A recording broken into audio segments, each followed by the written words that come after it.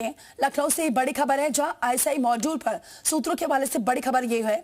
बड़ा खुलासा हुआ है कि संदिग्ध 4 आतंकियों से पूछताछ में साकिब अपने स्तर पर तैयारी कर रहा था। ये खुलासा हुआ है। साकिब अपने स्तर पर नेटवर्क को तैयार कर रहा था।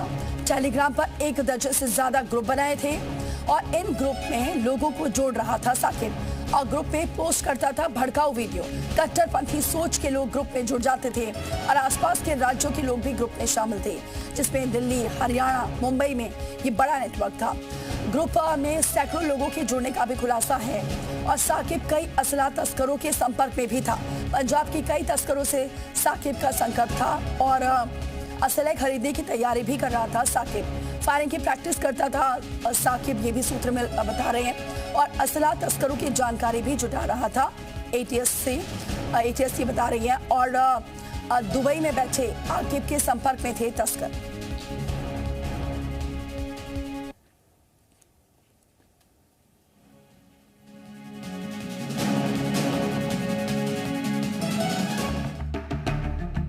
ये 4 पाकिस्तानी मोहरे जो भारत में दहशतगर्दी की तैयारी में थे, सीमा पार की साजिश को देश के अंदर सफल बनाने की प्लानिंग में थे।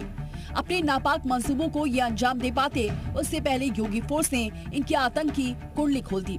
अब यूपी एटीएस की टीम इनसे वो हर राज उगलवाने में जुटी है जिसे पाकिस्तानी और दुबई में बैठे हैंडलर्स के जरिए ये अंजाम देने वाले थे। यूपी एटीएस ने साकिब, अरबाब, लोकेश और विकास से अलग अलग पूछताछ की। एटीएस की पूछताछ में चौंकाने वाली बात सामने आई है। पता चला कि संदिग्धों को पाकिस्तान से पैसे का ऑफर मिला था। जितनी दहशत फैलाते उतने पैसे मिलने की बात हुई थी। आतंकी वारदात के लिए रिहर्सल पर भी इन्हें पैसे मिलते। हर रिहर्सल पर संदिग्धों को 12,000 रुपए मिलते थे। वो पंपलेट और पेफ्लेट के माध्यम से ही रैकी करता था। वो दीवारों पर पंपलेट चिपकाने के माध्यम से उस जगह की रैकी करके उसका पूरा वीडियो बनाता था और अपने आका अबू बकर को भेजता था। वहीं जांच के दौरान दहशत फैलाने की एक और साजिश का पर्दाफाश हुआ है।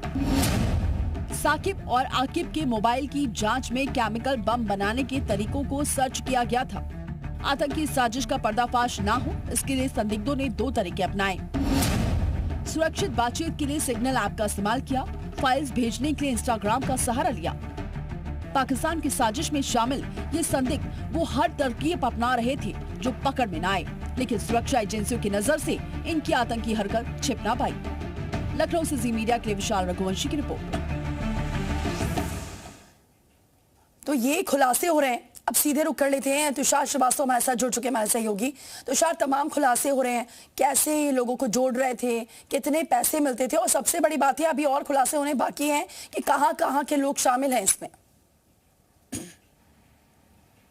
बिल्कुल, देखिए चारों आतंकी एटीएस की रिमांड पर है। एटीएस लगातार इनसे पूछताछ कर रही है और तमाम खुलासे इनसे हो रहे हैं। क्या कनेक्शन था इनका, पाकिस्तान हैंडलर से किस तरह से बातचीत करते थे।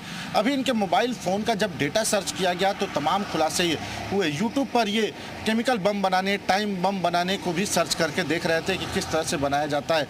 इसके अलावा इनके मोबाइल फ़ोन पर जो टेलीग्राम ऐप मिला उसमें 1 दर्जन ग्रुप बने हैं जिसमें कई लोगों को साकिब जोड़ने की कोशिश कर रहा था। आपको बता दें तो पाकिस्तानी हैंडलर्स अबू बकर और जो दूसरे हैंडलर्स हैं उनसे संपर्क साकिब का दुबई में बैठे आकिब ने कराया है। आपको बताऊं तो ये गोली चलाने की भी प्रैक्टिस करता था और जिसकी वीडियो अपने आकाओं को भेजता था। गाड़ी जलाकर रिहर्सल करता था, उसका भी वीडियो भेजता था और उसके वीडियो भेजने का उसे 12,000 रुपये भी मिलते थे। इसके अलावा पंजाब के कई असलाह तस्करों के भी संपर्क में था साकिब, यानी कि साकिब यहाँ बैठकर अब अपना नेटवर्क तैयार कर रहा था। व्हाट्सएप ग्रुप के माध्यम से, टेलीग्राम ग्रुप के माध्यम से और इसके अलावा सिग्नल ऐप के माध्यम से भी ये कट्टरपंथियों के टच में था, पाकिस्तानी हैंडलर्स के टच में था और उन्हीं के दिशा निर्देश पर वो यहाँ पे काम करता था। आपको बताऊं तो एक बड़ी घटना को अंजाम देने की भी फिराक में ये साकिब था। ऐसे में साकिब का ये जो नेटवर्क था ये सिर्फ यूपी ही नहीं, दिल्ली, हरियाणा और इसके अलावा पंजाब में भी ये बढ़ा रहा था। साथ ही मुंबई में भी अपने नेटवर्क को तैयार कर रहा था जिससे बड़ी घटना को अंजाम दिया जा सके। आकिब के ही निर्देश पर साकिब अपनी टीम तैयार करने में जुटा हुआ था। अपने जो ग्रुप बनाए थे उसमें भड़काऊ पोस्ट, देश विरोधी बातें, विवादित टिप्पणियां उसमें किया करता था जिससे जो कट्टरपंथी है उससे प्रभावित होकर उससे लगातार जुड़े रहे थे। पंजाब के कई असलाह तस्करों के संपर्क में था। एटीएस अब उन असलाहत तस्करों को भी खोजने की कोशिश कर रही है कि ये लोग कौन असलाहत तस्कर है, क्योंकि ये अभी तक जो खबर सामने निकल कर आ रही है कि जो साकिब है वो इन असलाहत तस्करों से हथियार भी खरीदा भी था और भी खुलासे हथियार हुए हैं। आप बने रहे हमारे साथ, क्योंकि और भी खबरें लगातार आपसे अपडेट लेंगे।